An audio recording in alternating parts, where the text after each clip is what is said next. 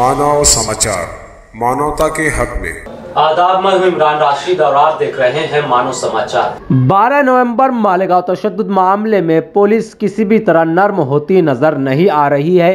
Police की कानूनी कार्रवाई मजीद जारी है। पुलिस को अब भी कई अफराद मतलूब हैं। 12 नवंबर मालेगांव तशद्दुद मामले में आयशा नगर का 33 साला शेर खान हयात खान गिरफ्तार हो चुका है। मालेगांव मकामी पुलिस कंट्रोल रूम से तफसीलात मौसूल हुई है कि आयशा नगर इलाके से 33 साला शेर खान हयात खान साकिन 36 खोली गली नंबर 4 को मालेगांव पुलिस अमले ने गिरफ्तार कर लिया है। याद रहे कि मालेगांव तशद्दुद मामले में पुलिस ने इस नौजवान को गिरफ्तार किया है और इसके खिलाफ संगीन मुकदमात का इंदराज कर दिया है। मालेगांव वाडिया दवाखाने के कमरे में खोपड़ी और हड्डियां मिलने से शहर भर में सनसनी फैल गई थी। चौक चौराहों पर मुख्तलिफ चर्चे जारी थे। याद रहे कि मालेगांव कॉरपोरेशन की जानिब से वाडिया हॉस्पिटल को तोड़कर नए सिरे से बनाने का काम जारी है। 17 जनवरी 2022 को वाडिया दवाखाने के बंद कमरे से बदबू आने पर कमरे का ताला तोड़ा गया। खोपड़ी और हड्डियां वहां नजर आई।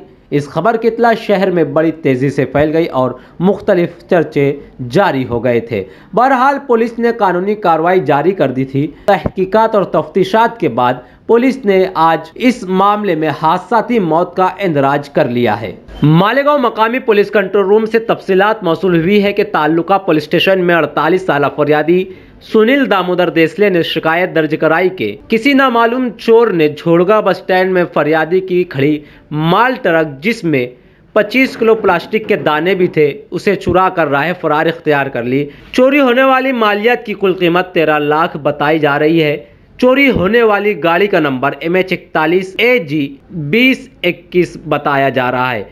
याद रहे कि इस मामले में पुलिस ने फरार नामालूम मुलजिम के खिलाफ मुकदमा और केस नंबर 71/2022/379 के तहत मुकदमा दाखिल कर दिया है।